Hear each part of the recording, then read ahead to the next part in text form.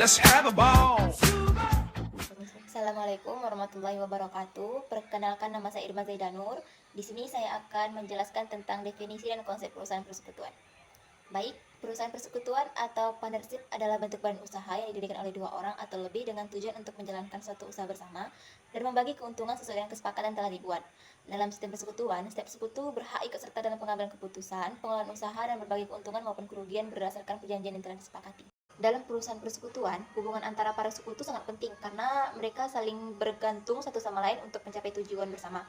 Pada umumnya, dalam perusahaan persekutuan, para sekutu bertanggung jawab secara bersama-sama terhadap kelangsungan usaha, serta kewajiban perusahaan, baik yang bersifat finansial maupun operasional. Tanggung jawab ini bisa bervariasi bergantung pada jenis persekutuan yang dijalankan dan perjanjian yang dibuat di awal pembentukan perusahaan. Berikut adalah beberapa karakteristik utama dari perusahaan persekutuan. Yang pertama, ada jumlah sekutu. Maksud dari jumlah sekutu ini, perusahaan persekutuan melibatkan dua orang atau lebih yang bekerjasama untuk menjalankan usaha. Yang kedua, ada tanggung jawab bersama.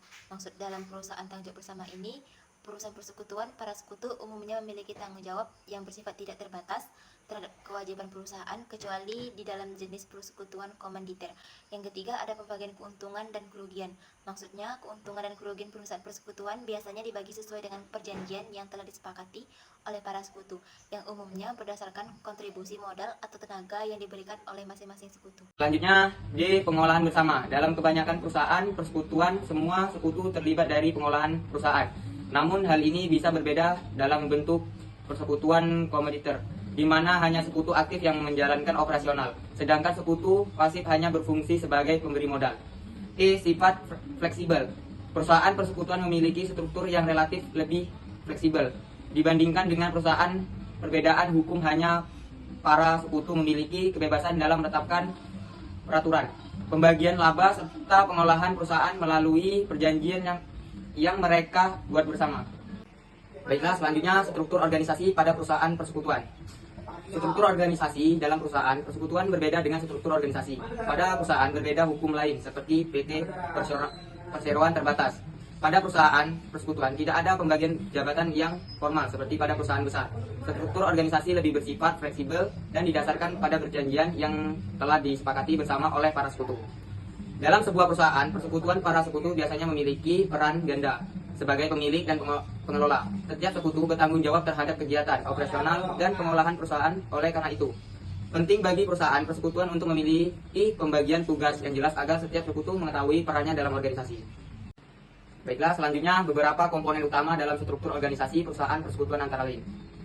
Yang pertama, A. Sekutu aktif general partners. Sekutu yang terlibat langsung dalam pengolahan dan operasional perusahaan. Mereka bertanggung jawab penuh atas keputusan dan kebijakan perusahaan. B. Sekutu komoditer limited partners. Sekutu yang hanya berperan sebagai investor dan tidak terlibat dalam pengolahan harian perusahaan. Tanggung jawab mereka terbatas pada jumlah modal yang disetorkan. Pembagian tugas dan tanggung jawab dalam perusahaan persekutuan. Definition of digital education. Pembagian tugas dan tanggung jawab dalam perusahaan persekutuan merupakan hal yang sangat penting untuk memastikan kelancaran operasional dan mencapai tujuan bersama. Sebagai bentuk usaha yang melibatkan dua orang atau lebih, setiap sekutu dalam perusahaan persekutuan memiliki peran yang spesifik berdasarkan kesepakatan yang telah dibuat sebelumnya, baik dalam hal kontribusi, modal, keahlian, maupun pengelolaan usaha. Pembagian tugas yang jelas akan menghindari tumpang tindih, peran memperjelas hak dan kewajiban masing-masing pihak, serta memperlancar pengambilan keputusan. Selanjutnya, tantangan dalam pengelolaan organisasi perusahaan persekutuan. Pengelolaan organisasi dalam perusahaan persekutuan atau disebut dengan partnership memerlukan perhatian khusus karena melibatkan lebih dari satu pihak dengan berbagai latar belakang, tujuan, dan pandangan yang berbeda.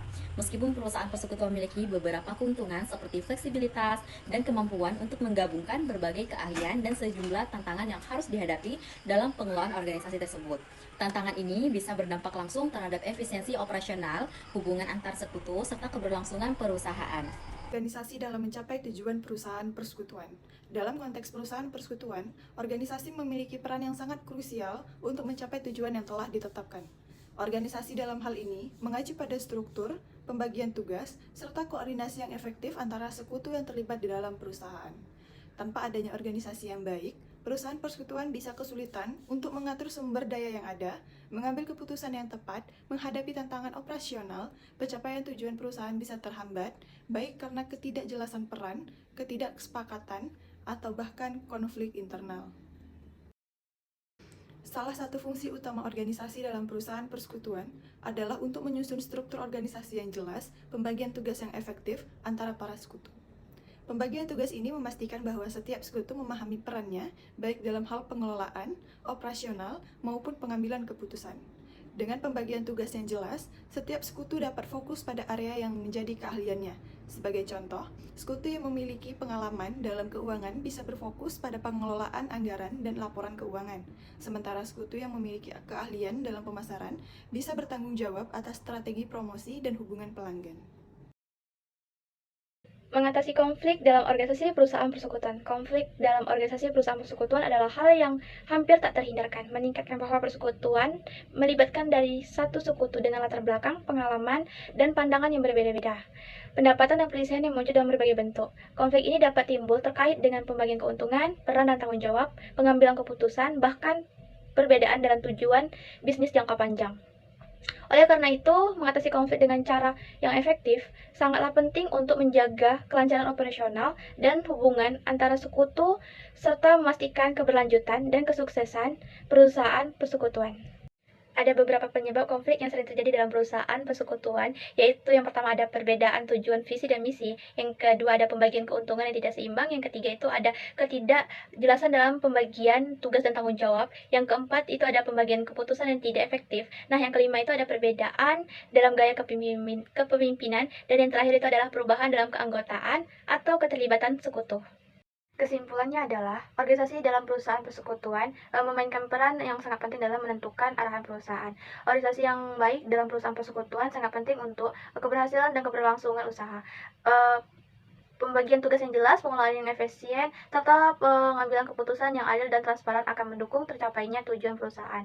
Selain itu, pemahaman mengenai tantangan yang ada dan cara mengatasi konflik yang menjadi faktor penentu dan menciptakan organisasi yang efektif. Secara keseluruhan, organisasi yang baik dalam perusahaan persekutuan tidak meningkatkan operasional, tetapi juga memperkuat fondasi untuk mencapai tujuan bersama, memecahkan masalah dan menyelesaikan konflik secara konstruktif. Untuk itu, penting bagi para sekutu untuk membangun hubungan yang harmonis dan menjaga komitmen terhadap keberhasilan perusahaan. Sekian dari kelompok kami. Wabillahi taufiq wal hidayah. Wassalamualaikum warahmatullahi wabarakatuh. Oke teman-teman, terima kasih